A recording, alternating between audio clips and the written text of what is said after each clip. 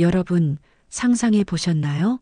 멀쩡히 장을 보고 돌아오던 날 누군가의 손에 이끌려 들어간 곳이 종합병원이 아니라 높은 철문과 하얀 벽으로 둘러싸인 정신병원이라면요. 그리고 그 서류에 사인한 사람이 바로 며느리라면요. 오늘 이야기는 그날부터 시작됩니다. 끝까지 지켜봐 주세요. 구독과 좋아요, 그리고 알림 설정은 다음 이야기를 이어가는데 큰 힘이 됩니다. 고맙습니다. 그럼 시작하겠습니다. 겨울바람이 건물 사이를 비집고 불어오던 오후, 정숙은 장바구니 손잡이를 두 손으로 꼭 쥐고 버스 정류장을 향해 걸었다. 무와 배추가 비닐 밖으로 살짝 나왔고 젓갈 냄새가 코끝을 스쳤다. 그때 은색 승용차가 미끄러지듯 섰다. 창이 내려가며 며느리 유진의 얼굴이 나타났다. 어머니, 마침 잘 됐어요. 병원 가요. 나는 괜찮은데. 지난주 건강검진에서도 별 이상이 없었다. 나이가 들며 있는 게 조금 늘었지만 밥 짓는 법과 장보기 목록은 아직 또렷했다. 그러나 유진의 목소리는 단단했다. 요즘 자꾸 깜빡하시잖아요. 잠깐 검사만 받아요. 금방 끝나요. 문이 열리고 따뜻한 히터 바람이 뺨을 스쳤다. 정숙은 장바구니를 무릎에 올리고 탔다. 차가 출발하자 창밖 풍경이 부드럽게 물러났다. 겨울 해가 낮게 기울었다. 잠시 뒤 내비 화면에는 익숙한 종합병원 대신 낯선 이름이 떴다. 한강숲병원. 아래에는 작게 정신건강의학과 전문병원이 깜빡였다. 정숙의 가슴이 쿵 내려앉았다. 유진아, 여긴 어디니? 검사 설비가 좋은 곳이에요. 걱정 마세요. 말은 부드럽지만 시선은 앞만 보고 있었다. 차는 외곽으로 더 빠져나갔다. 길은 한적했고 철조망 같은 울타리가 이어졌다. 정문에는 높다란 철문과 경비실이 서 있었다. 차가 멈추자 유진이 먼저 내려 무언가를 보여주었다. 정숙이 내리기 전 이미 출입증이 발급됐다. 로비는 깨끗하고 조용했다. 공기청정기의 바람소리와 소독 냄새, 전면 유리 너머로 마른 억새가 흔들렸다. 안내 데스크에 서류를 내밀던 유진의 손끝이 미세하게 떨렸다. 아니, 떨림이었을까, 확신이었을까? 보호자분, 동의서 여기에 사인해 주세요. 네. 펜촉이 종이를 스치는 소리가 유난히 크게 들렸다. 그때 간호사 두 명이 다가왔다. 미소는 친절했지만 동작은 익숙하고 빨랐다. 어머님, 잠깐만요. 혈압이랑 산소포화도 먼저 볼게요. 팔에 커프가 감기고 손끝에 작은 집게가 끼워졌다. 수치가 모니터에 초록색으로 떠올랐다. 의사가 등장했다. 하얀 가운, 검은 태안경, 침착한 목소리. 어르신, 최근 수면은 어떠셨어요? 잠은 뭐 예전처럼요. 새벽에 2번 깨고 낮엔 좀 졸고요. 기억력은요? 냄비를 올려놓고 있거나 길을 헷갈리신 적은? 가끔이요. 근데 다들 그렇지 않나요?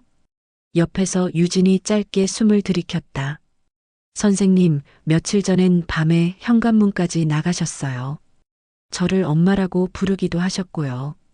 정숙은 유진을 보았다. 내가 그랬다고? 어머니 기억 안 나세요? 저 무서웠어요. 사실 어젯밤 꿈과 현실이 뒤섞인 새벽이 있긴 했다.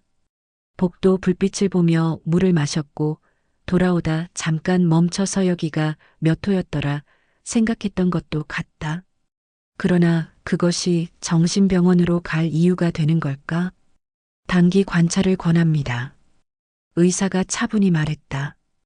혼돈과 수면 장애가 보이고 가족 피로도 있습니다. 일시 입원으로 상태를 확인하죠. 일시 입원. 단어는 부드러웠으나 귀에 박힌 느낌은 쇠사슬 같았다. 정숙은 자리에서 일어났다. 아니, 나는 집에. 그때 간호사 한 명이 자연스럽게 팔을 잡았다. 다른 한 명은 휠체어를 끌고 왔다. 어머님, 여기 앉으세요. 정숙은 스스로에게 속삭였다. 차분해지자. 검사만 받고 집에 가자. 그러나 복도를 지나며 본 것들은 차분함과는 거리가 멀었다. 두꺼운 방음문, 작은 관찰창, 바닥에 고정된 가구, 열쇠 달린 약장. 문 옆 패널에는 병동 규칙이 적혀 있었다. 반입금지 유리, 끈, 날카로운 물건. 그리고 낯선 경고. 격앙시 보호대 적용. 병실 문이 닫히는 소리가 낮게 울렸다. 창문에는 안전 필름과 가드가 설치돼 있었다. 침대 옆 호출 버튼 위에는 의료진 판단에 따라 제한될 수 있음 안내문이 붙어 있었다. 간호사가 말했다. 관찰을 위해 잠깐만 안정적으로 누워 계세요. 차가운 촉감이 손목을 스쳤다. 보호되었다. 얇지만 단단한 벨트가 손목과 발목에 감겼다. 잠깐, 이건 아니지요. 나 멀쩡해요. 제발. 어머니, 안전을 위한 조치예요. 유진의 목소리가 들려왔다. 놀랍도록 차분했다. 며칠만 쉬세요. 제가 집 정리할 것들 좀 해놓을게요. 집 정리. 단어가 목구멍에서 걸렸다. 무엇을, 어디로, 누구를 위해. 유진아, 너 왜 그러니? 나 무서워. 금방 끝나요. 유진은 손에 든 가방을 꼭 쥐었다. 그 손끝의 떨림은 슬픔일까, 결심일까? 유진은 더 말하지 않고 뒤돌아섰다. 문이 닫히며 자물쇠가 걸리는 소리가 또렷했다. 정숙은 천장을 바라보았다. 얇은 등에서 윙 하는 소리가 났다. 지나온 장면들이 겹쳐졌다. 시장 아주머니와의 짧은 인사, 버스 창에 비친 얼굴, 히터 냄새, 펜촉 소리. 모든 것이 하나의 방향으로 이어지는 것 같았다. 계획. 누군가의 계획. 약이 들어왔다. 하얀 종이컵 2개, 하나는 알약, 하나는 미지근한 물. 간호사가 조용히 지켜보는 사이 정숙은 알약을 혀끝에 올렸다. 쓴맛이 목을 타고 내려갔다. 불안의 모서리가 혀끝을 긁는 듯했다. 밤이 빠르게 내려앉았다. 복도 끝 순찰등이 번갈아 켜졌다 꺼졌다. 어딘가에서 낮은 울음이 벽을 타고 퍼졌다가 사라졌다. 정숙은 눈을 감고 숨을 고르려 했지만 손목의 벨트가 턱 하고 멈추는 감각이 의식을 붙잡았다. 나는 환자가 아니야. 그녀가 속삭였다. 방은 대답하지 않았다. 문틈 아래로 얇은 빛만 흘렀다. 그 빛 너머에 유진이 있을까? 아니면 아무도 없을까? 내일 아침 문은 다시 열릴까? 그리고 그때도 나는 여기에 묶여 있을까? 그 밤 정숙은 깨달았다. 이곳은 검사의 장소가 아니라 바깥의 소식이 쉽게 닿지 않는 칸막이 같은 곳이라는 걸. 질문이 금세 지치고 시간이 길게 늘어지는 곳. 그녀는 마음속으로 작은 매듭을 지었다. 기억하자. 내가 본 것, 들은 것, 느낀 것. 한 글자도 흘리지 말고. 그리고 아주 조용히 오래 참아온 사람의 방식으로 숨을 골랐다. 내일 누군가가 묻는다면 말해야 할 것이다. 나는 멀쩡합니다. 그리고 말끝은 속으로 삼켰다. 아직은 때가 아니다. 이곳에서는 말에도 순서가 있다. 밤은 길었다. 차갑게 깔린 형광등 불빛 아래서 정숙은 눈을 감아도 쉽게 잠들지 못했다. 손목에 감긴 벨트가 느슨해졌지만 여전히 움직임은 제한적이었고 그 답답함은 피부가 아니라 마음을 억제었다. 몇 번이나 간호사를 불러 벨트를 풀어달라 애원했지만 돌아온 건 짧은 대답뿐이었다. 어머님, 안정이 필요하세요. 곧 괜찮아집니다. 그러나 시간이 흐를수록 고지라는 말은 아무 의미도 없는 약속 같았다. 벽 너머에서 낮게 들려오는 목소리가 있었다. 누군가 울먹이며 말하고 있었다. 나 안 미쳤어. 제발 집에 보내줘. 정숙의 심장이 덜컥 내려앉았다. 그 목소리는 마치 미래의 자신이 내뱉을 절규 같았다.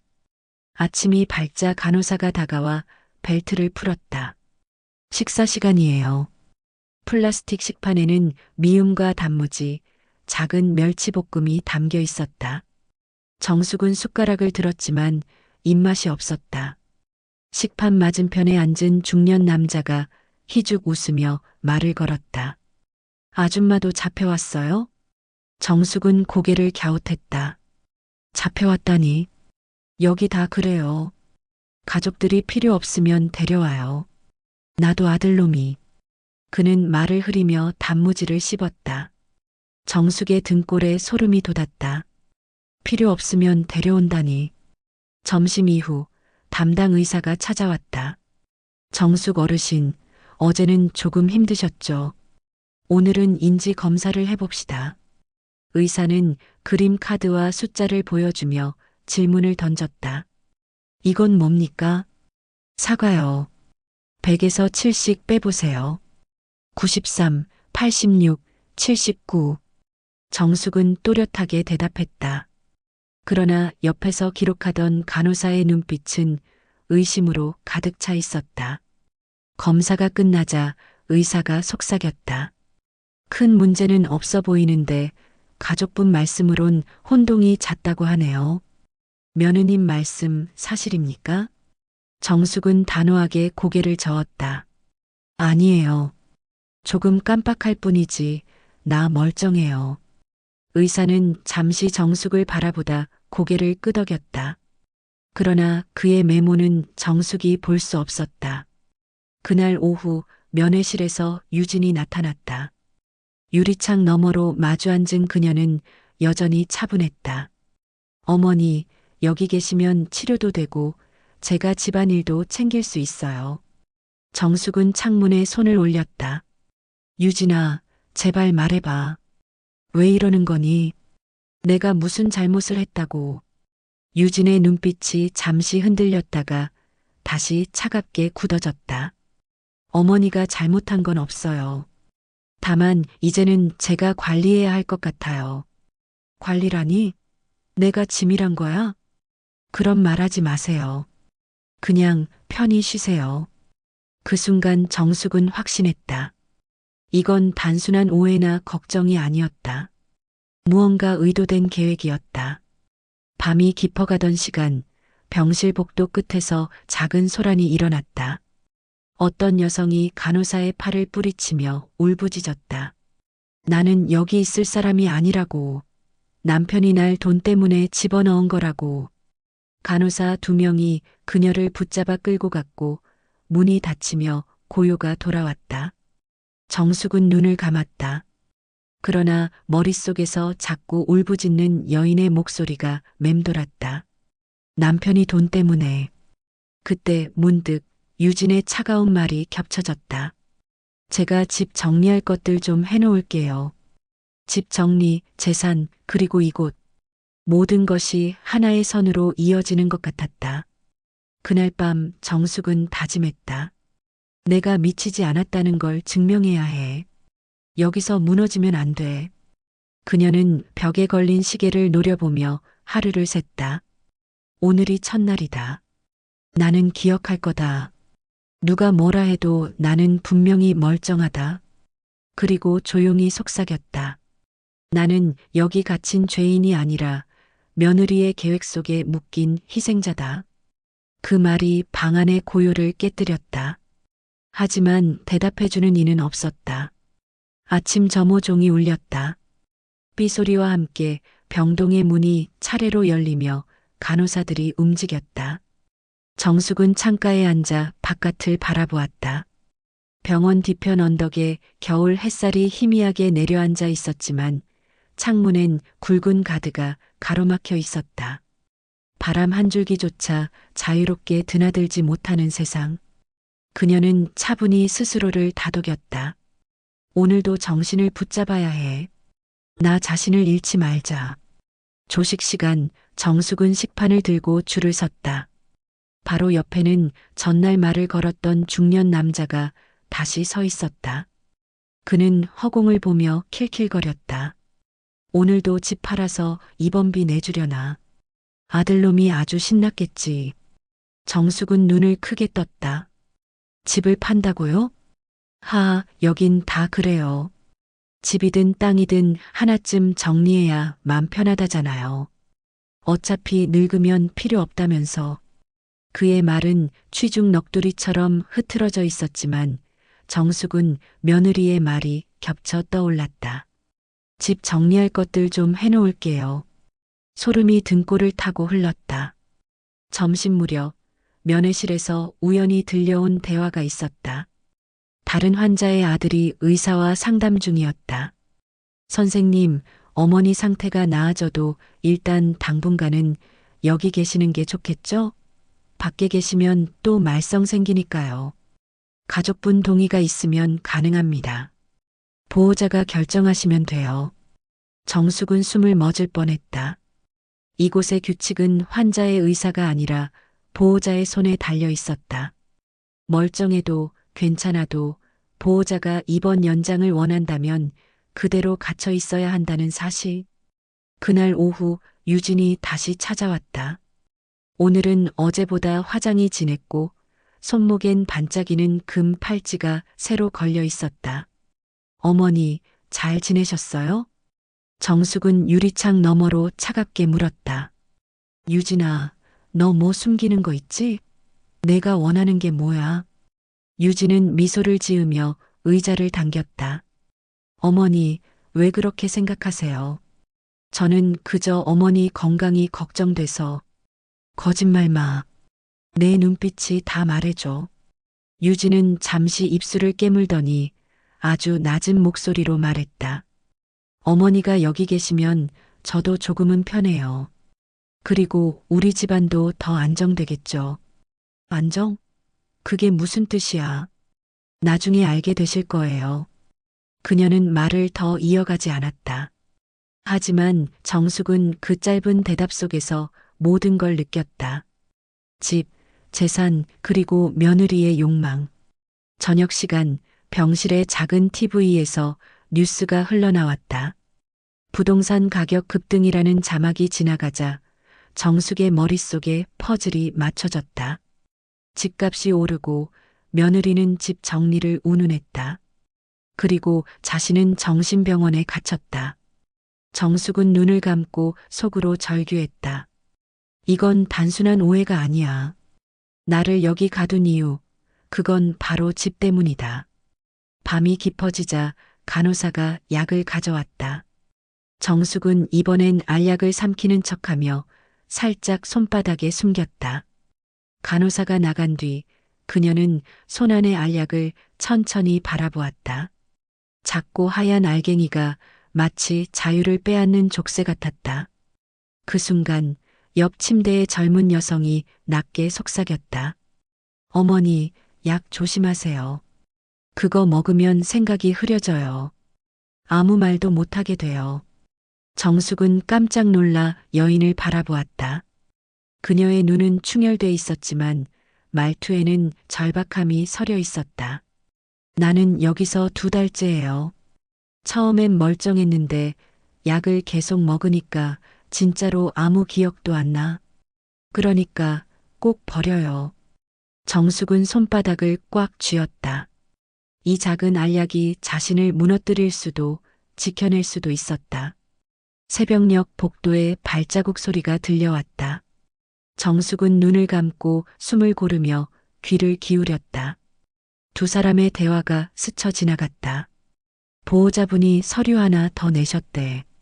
집 문제 때문에 서둘러야 한대. 네, 알겠습니다. 간호사들의 대화는 짧았지만 정숙의 가슴을 찢어놓기에 충분했다. 그녀는 침대 위에서 이를 악물었다. 안 돼, 내 집은 내 손으로 지켜야 해. 멀쩡한 날 정신병원에 가두다니 절대 용서 못해. 그 말은 방 안의 어둠 속에서 메아리처럼 번졌다. 눈물이 흘렀지만 이번엔 억울함이 아니라 결심의 눈물이었다. 새벽이 흘러간 자리엔 잿빛 하늘이 병실 창문에 걸려 있었다. 희미한 빛조차 차갑게만 느껴졌다. 정숙은 손바닥에 숨겨둔 알약을 조심스럽게 이불 속에 밀어 넣었다. 그것은 마치 작은 증거 같았다. 내가 정신이 멀쩡하다는 증거. 아침 식사 후 담당 의사가 다시 찾아왔다. 그는 언제나 친절한 미소를 지었지만 그 미소 뒤에 무언가 두터운 벽이 있었다. 어르신, 오늘은 기억력 테스트를 좀 더 해볼게요. 네, 하세요. 정숙은 눈을 크게 뜨고 모든 질문에 또렷하게 대답했다. 오늘 날짜는 12월 14일입니다. 대통령은 누구고 제 이름은 정숙입니다. 의사는 고개를 끄덕였지만 메모지에 뭔가를 빠르게 적었다. 그 손끝을 바라보며 정숙은 마음속으로 중얼거렸다. 아무리 또렷하게 대답해도 이미 나를 환자로 보는 눈은 달라지지 않겠지. 점심 무렵 복도 청소를 하던 젊은 간호사와 눈이 마주쳤다. 정숙은 순간을 놓치지 않았다. 아가씨, 제 말 좀 들어요. 나는 환자가 아니에요. 그냥 멀쩡한 사람이에요. 며느리가 날 여기 가둔 거예요.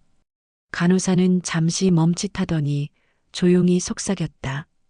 저도 잘 알아요. 그런데 여기는 보호자가 원하면 뭐든 가능해요. 저희는 지시대로 할 뿐이에요. 그럼 나는 어떻게 해야 해요? 증거를 찾으셔야죠. 아니면 밖에서 누가 믿어줘야 하고요. 간호사의 목소리는 낮았고 곧 다른 동료가 다가오자 그녀는 서둘러 자리를 떴다. 정숙의 심장은 두근거렸다. 증거, 밖에서 믿어줄 누군가. 그러나 남편은 이미 세상을 떠났고 아들은 해외에 있었다. 남은 건 며느리뿐이었다. 오후에는 작업 치료 시간이 있었다. 몇몇 환자들이 모여 그림을 그리고 공예품을 만들었다. 정숙은 연필을 쥐고 종이에 무언가를 쓰려 했다. 나는 멀쩡합니다. 며느리가 나를 그러나 손목 위로 간호사의 시선이 떨어지자 그녀는 황급히 글씨를 지워버렸다. 대신 해바라기를 그리는 척했다. 옆자리에 노인이 속삭였다. 글씨 쓰면 다 검사해요. 몰래 숨기지 않으면 다 가져갑니다. 정숙은 고개를 끄덕였다. 이곳은 생각조차 자유롭지 않다. 그날 저녁 유진이 또다시 나타났다. 정숙은 두 손을 유리창에 대며 떨리는 목소리로 물었다. 유진아, 내가 바라는 게 뭐든 제발 나한테 직접 말해. 이러지 마. 나는 내 시어머니야. 유진은 잠시 침묵하다가 무심히 가방을 열어 작은 서류 봉투를 꺼냈다. 어머니, 이건 집문서예요. 제가 관리해야 하니까 여기 계시는 동안 제 이름으로 등기 이전을 해두는 게 좋아요. 안전을 위해서요. 정숙의 눈이 휘둥그레졌다. 뭐라고? 내 이름으로. 어머니는 여기서 치료에만 집중하세요. 집은 제가 지킬게요. 지킨다니 빼앗으려는 거잖아. 정숙은 유리창을 두드리며 소리쳤다. 나 멀쩡해. 나는 환자가 아니야. 그러나 유진은 고개를 저으며 자리에서 일어났다. 어머니, 목소리 낮추세요. 여기서 소란 피우시면 오히려 더 오래 계셔야 할 거예요. 그 말은 차갑게, 그러나 명확하게 협박처럼 들렸다. 밤 정숙은 눈을 감지 못했다. 며느리의 웃음, 서류 봉투, 집문서라는 단어가 머릿속을 휘저었다. 이건 치료가 아니라 감금이야. 나를 여기 묶어두고 집을 자기 것으로 만들려는 거야. 창문 너머로 달빛이 스며들었다. 철창에 가로막힌 달빛은 자유롭지 못했다. 정숙은 조용히 다짐했다. 내일 무슨 일이 있어도 여길 벗어날 방법을 찾아야 해. 아니면 최소한 내 억울함을 남겨야 해. 그때 복도에서 다시 들려오는 목소리. 내가 미친 게 아니라고 했잖아. 믿어줘. 제발. 환자의 울부짖음이 울려 퍼졌다. 정숙은 두 손으로 귀를 막았다. 그러나 그 절규는 귀를 막아도 심장에 박혔다. 그것은 타인의 울음이 아니라 곧 자신의 것이 될지도 모를 미래의 목소리였다. 새벽 간호사가 순찰을 돌며 문을 확인했다. 정숙은 일부러 잠든 척 눈을 감았다. 그러나 눈꺼풀 아래로 눈물이 번졌다. 내일은 반드시 내 편을 찾아야 한다. 아니면 나 혼자서라도 이곳에서 벗어나야 한다. 벽 너머에서 들려오는 기계음, 규칙적인 삑소리, 간호사 발자국. 그 모든 소리 속에서 정숙은 혼자 중얼거렸다. 나는 절대 무너지지 않아. 끝까지 버텨낼 거야.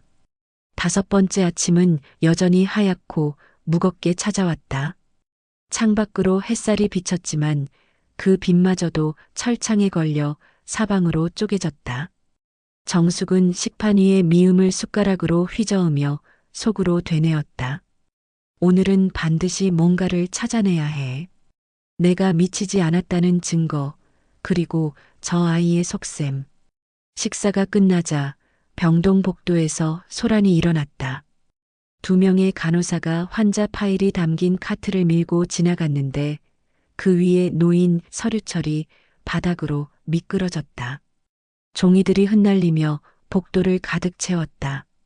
정숙은 본능처럼 몸을 숙여 한 장을 주워들었다. 그 순간 눈에 들어온 이름. 정숙 보호자 며느리 유진. 그 아래엔 작은 글씨가 있었다. 환자 보호자의 요청에 따라 장기 입원 고려. 재산관리 관련 추가 서류 확인 예정. 정숙의 심장이 쿵 내려앉았다. 그녀가 덮어두려 했던 의심이 이제는 문서로 눈앞에 드러난 것이다. 어머님, 손에 든 거 내려놓으세요. 간호사가 다가와 종이를 빼앗았다. 정숙은 황급히 소리쳤다. 방금 봤어요. 거기 써 있었어. 멀쩡한 날 나를 가둔 게 며느리 때문이라고. 그러나 간호사는 시선을 피한 채 서류를 챙겼다. 검사 기록일 뿐이에요. 괜한 오해하지 마세요. 주변 환자들이 수군거렸지만 이내 모두 고개를 숙였다. 누구도 오래 시선을 두지 않았다. 이곳에서의 진실은 너무 무겁고 또 너무 위험했기 때문이다. 그날 오후 정숙은 치료실 앞 대기 의자에 앉아 있었다. 창문 너머로 보이는 작은 정원에 낯익은 얼굴이 보였다. 바로 유진이었다. 그녀는 병원 관계자와 낮은 목소리로 대화 중이었다. 집문서 이전은 어떻게 진행되고 있나요? 보호자님 서류가 준비되면 곧 가능하실 겁니다. 환자분 상태 기록은 충분하니까요. 정숙의 손이 떨렸다. 가슴속에서 뭔가 부서지는 소리가 들리는 듯했다. 치료실 안 인지훈련이라는 명목으로 퍼즐 맞추기가 시작됐다.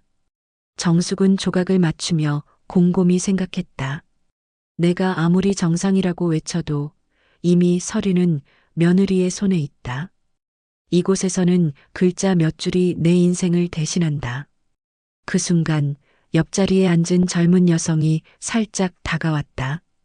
어제 약을 조심하라던 그 여인이었다. 할머니, 저 어제 들었어요. 보호자가 서류를 꾸며내면 아무리 멀쩡해도 못 나간대요. 그게 사실이니? 네.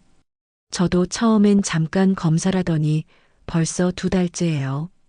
남편이 보험금 때문이었어요. 정숙은 두 손을 꼭 잡았다. 그녀의 눈동자 속에서 작은 불꽃이 일었다. 이건 단순한 시집살이가 아니야. 며느리가 내 인생을 송두리째 빼앗으려 하고 있어. 저녁 무렵 면회실에서 다시 마주한 유진은 한층 여유로워 보였다. 고급스러운 코트를 걸친 그녀는 차를 마시며 말했다. 어머니, 생각보다 편안해 보이시네요. 편안해? 내가 나를 여기에 가둬놓고 그게 할 소리냐? 가둔 게 아니에요. 보호해요. 어머니가 자꾸 불안정하시니까. 거짓말 하지 마. 내 욕심 때문이잖아. 집, 그게 목적이지? 유진은 미소를 지었다. 그러나 그 미소에는 더 이상 가식조차 없었다. 어머니, 세상은 냉정해요. 집 한 채가 누구 손에 있느냐에 따라 인생이 달라지죠. 저는 단지 제 미래를 준비하는 것뿐이에요. 정숙의 눈에 눈물이 차올랐다. 내 미래? 그게 내 인생을 짓밟는 거라 해도 어머니는 이미 충분히 사셨어요. 이제 제 차례예요. 그 대답은 칼날 같았다. 정숙은 온몸이 떨렸다. 그러나 동시에 마음 한구석에서 분노가 끓어올랐다. 그래, 내가 진짜 원하는 게 이거였구나. 하지만 내가 이렇게 무너질 줄 아느냐. 그날 밤 병실로 돌아온 정숙은 몰래 종이와 펜을 구했다. 다른 환자가 건네준 작은 수첩이었다. 그녀는 떨리는 손으로 글을 적기 시작했다. 나는 멀쩡하다. 며느리 유진이 나를 정신병원에 가두고 집을 빼앗으려 한다. 이 기록을 본 사람은 제발 믿어달라. 그 글씨는 삐뚤빼뚤했지만 절실함으로 가득 차 있었다. 그녀는 그 종이를 베개 속 깊이 숨겼다. 그것이 언젠가 세상에 닿기를, 진실을 증명하기를 바라면서 새벽녘 복도에 울리는 발자국 소리가 다시 들렸다. 두 명의 의료진이 작은 목소리로 이야기를 나눴다. 보호자 서류 접수됐대. 이번 주 안에 등기 이전 끝난다고. 그럼 이분은 어쩌죠? 그건 보호자 뜻대로겠지. 정숙은 이불을 움켜쥐었다. 눈물이 흘렀지만 이번엔 슬픔이 아니라 결심의 눈물이었다. 나는 여기서 나가야 해. 그렇지 않으면 내 집도, 내 삶도, 내 이름도 모두 사라져버려. 이른 아침 병실 문이 열리자 정숙은 부드러운 빛이 흘러드는 창문을 바라보았다. 하얀 벽은 여전히 차갑고 침대는 여전히 낯설었지만 그녀의 눈빛만큼은 달라져 있었다. 베개 속에 숨겨둔 수첩이 든든한 동아줄처럼 느껴졌다. 이 기록만 세상에 나가면 내가 미치지 않았다는 걸 증명할 수 있어. 아침 식사 시간 정숙은 일부러 간호사에게 다가갔다. 저 집에 편지 하나 보내고 싶어요. 아들한테. 멀리 있어서 전화도 못하고. 간호사는 잠시 고민하다가 말했다. 편지요? 검토 후에 가능할 수도 있어요. 내용은 확인해야 하지만. 정숙은 고개를 끄덕였다. 내용 확인이라도 괜찮았다. 단 한 줄이라도 바깥 세상에 전해진다면. 점심 무렵 치료실로 향하는 복도에서 정숙은 다시 그 젊은 여인을 만났다. 그녀는 작은 목소리로 속삭였다. 할머니, 수첩은 잘 숨기셨어요? 응, 베개 속에 있어. 조심하세요. 밤마다 검사 나와요. 차치면 다 뺏겨요. 그 말은 경고였지만 동시에 위로였다. 정숙은 처음으로 이곳에서 작은 연대를 느꼈다. 오후 의사와의 상담이 있었다. 정숙 어르신, 요즘 불안은 줄었나요? 네, 저는 아주 멀쩡합니다. 여기 있을 이유가 없어요. 어르신이 멀쩡하다고 생각하셔도 가족분이 걱정하시니까요. 가족분이라니. 그 가족이 바로 날 가둔 사람이에요. 멀쩡한 날 정신병원에 끌고 와서 집을 빼앗으려 하는 며느리라고요. 정숙의 목소리가 높아지자 의사는 고개를 저으며 메모를 남겼다. 피해 망상적 사고 가능성 관찰됨. 정숙은 숨이 막혔다. 그녀의 절규가 오히려 망상이라는 이름으로 왜곡되고 있었다. 저녁 면회실. 유진은 또다시 미소를 머금고 앉아 있었다. 이번엔 옆에 낯선 남자가 있었다. 양복 차림에 어딘가 법률가처럼 보이는 인물. 어머니, 인사드리세요. 제 변호사예요. 정숙은 눈을 크게 떴다. 변호사? 왜 변호사가 필요해? 집문서 이전이 곧 마무리돼요. 그런데 어머니 동의가 공식적으로 필요해서요. 서류에 사인만 하시면 돼요. 사인? 절대 못해. 정숙은 유리창을 두드리며 외쳤다. 나는 환자가 아니야. 이건 강탈이야. 도둑질이라고. 변호사는 무표정하게 고개를 끄덕였다. 보호자분 말씀으로는 환자분이 인지 기능 저하가 심각하다고 들었습니다. 절차상 큰 문제는 없을 겁니다.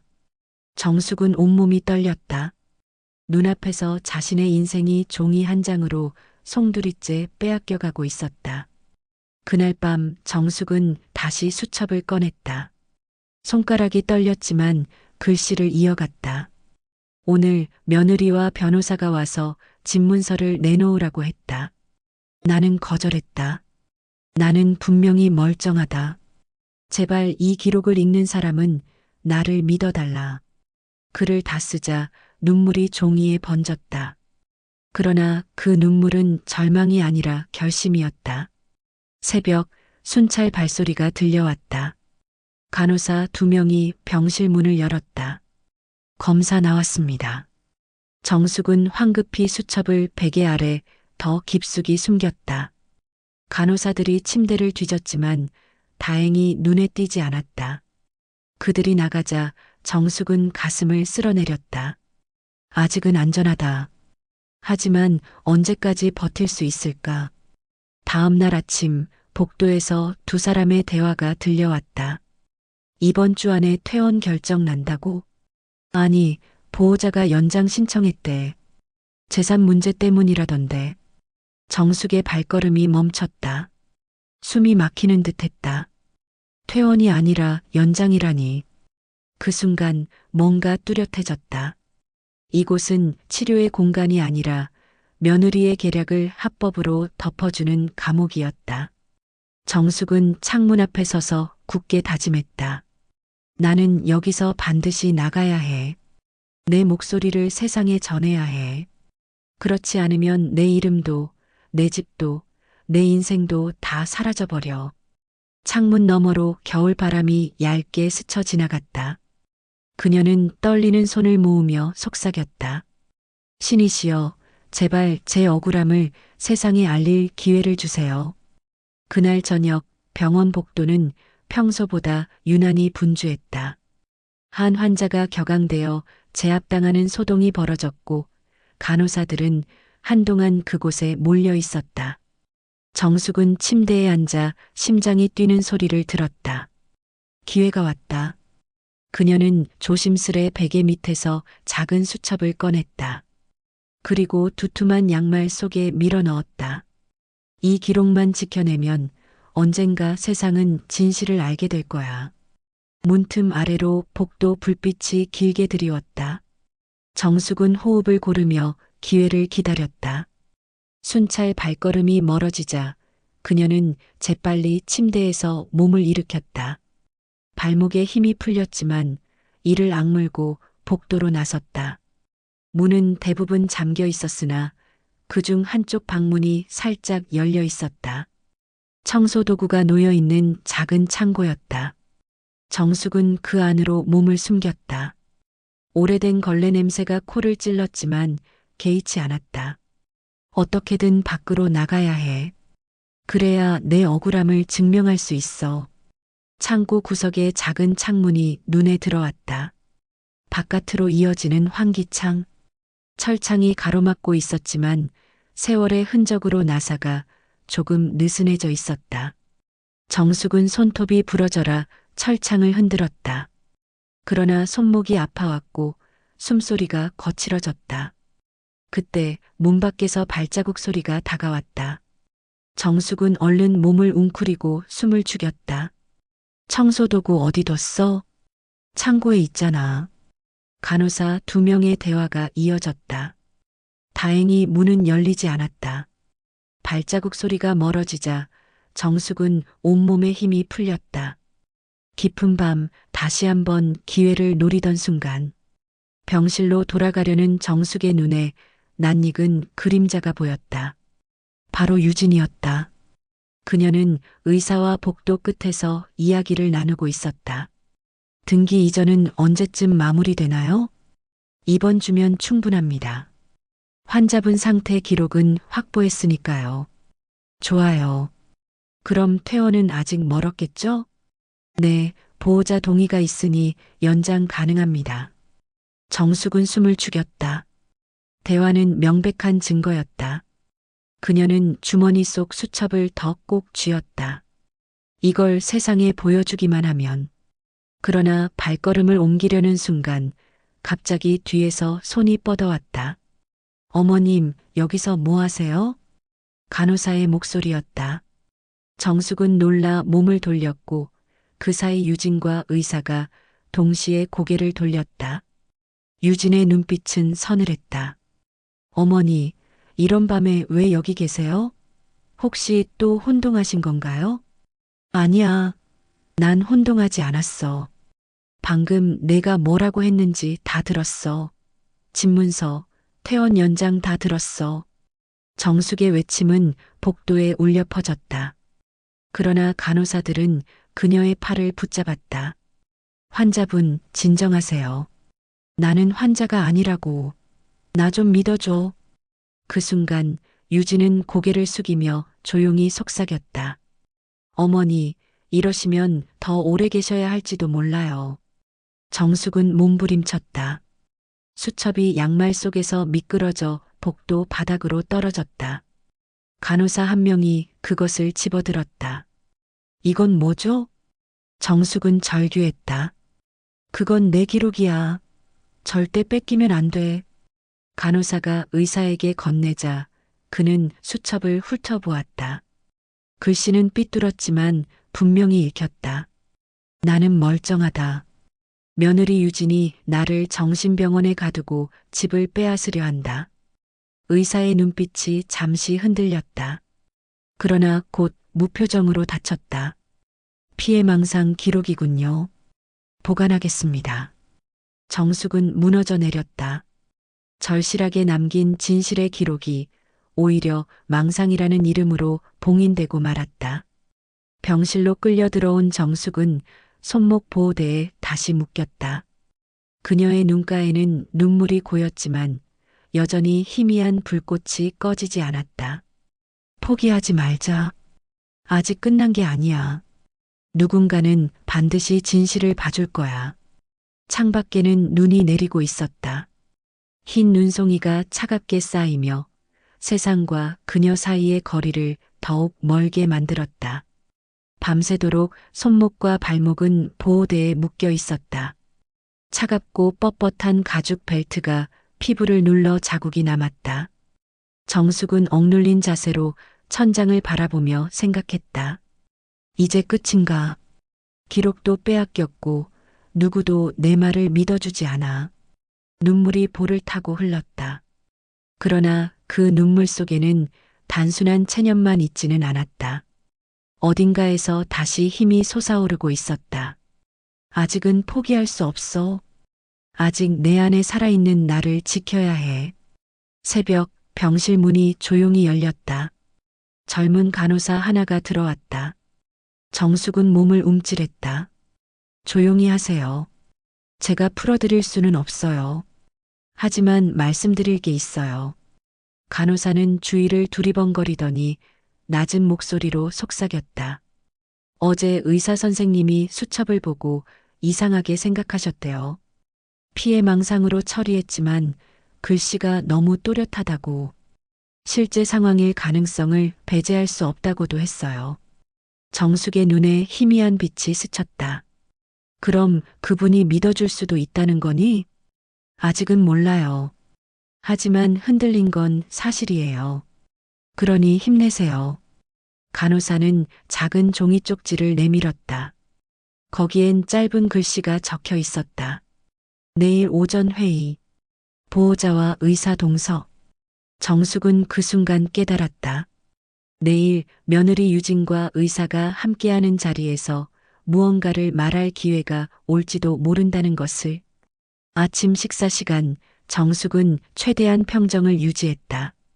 그러나 주변 환자들은 그녀를 힐끔거리며 수군거렸다. 어제 또 소란 피웠다면서. 저런 사람은 오래 있어야 해. 그들의 목소리는 무심했지만 정숙의 가슴을 후벼 팠다. 이곳에서 나는 이미 환자로 낙인 찍혔구나.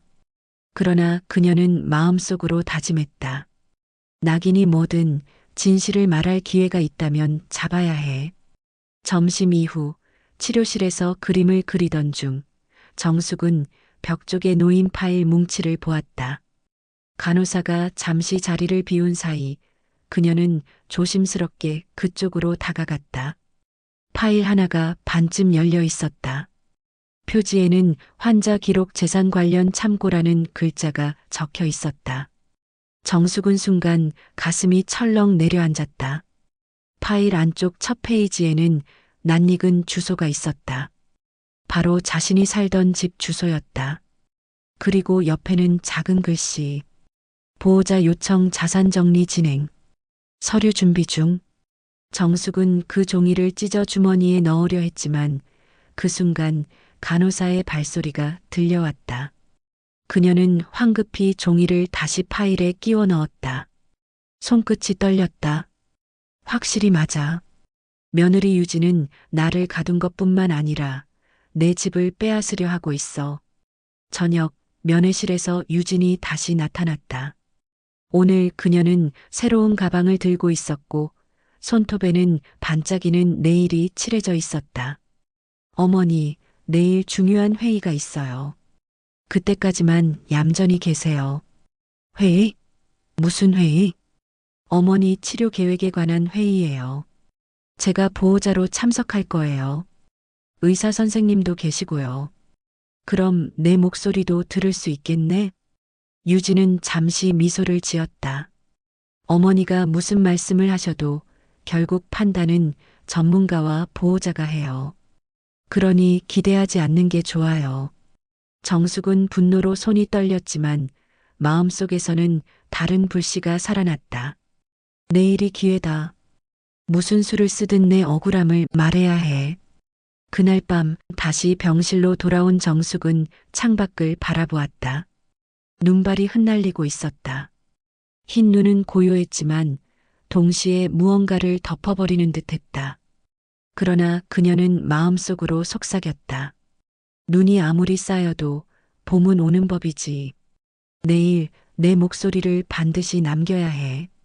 새벽녘 복도에서 간호사들의 목소리가 들려왔다. 내일 보호자랑 의사회의 있대.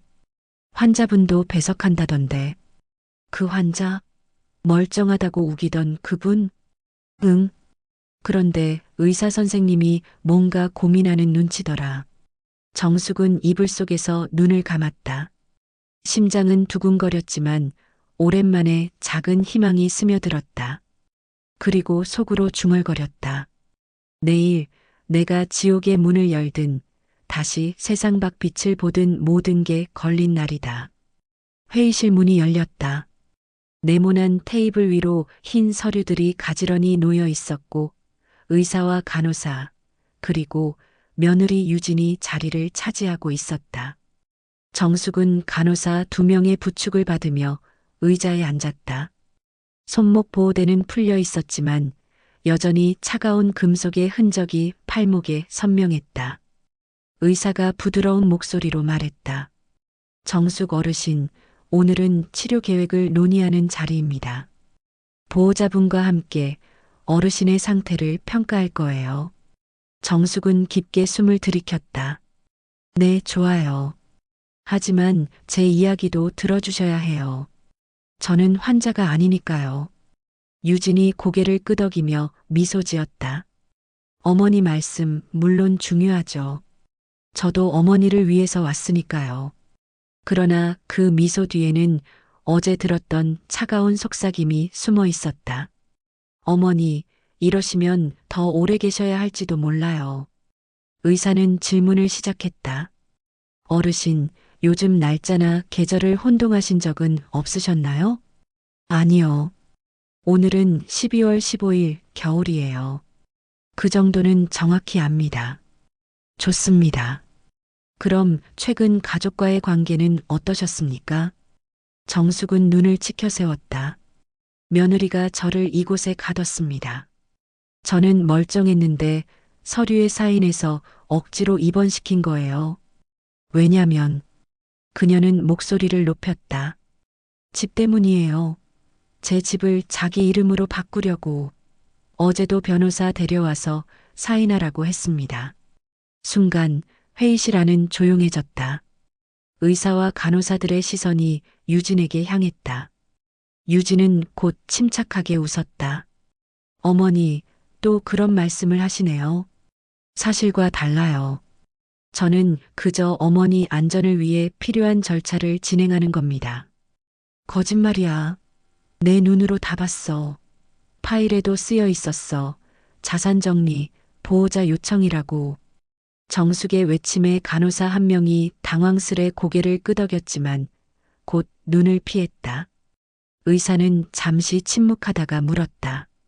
보호자분, 혹시 그런 서류를 제출하셨습니까? 유진은 곧바로 차분히 대답했다. 네, 맞습니다. 하지만 어디까지나 어머니의 치료비와 생활비를 감당하기 위한 조치예요. 저는 제 사비로 감당하기엔 한계가 있으니까요. 그 말은 너무나 이성적이고 합리적으로 들렸다. 의사들의 얼굴에 이해의 기색이 스쳤다. 정숙은 절망감에 치를 떨었다. 아니에요. 그건 다 핑계예요. 저 멀쩡하다니까요.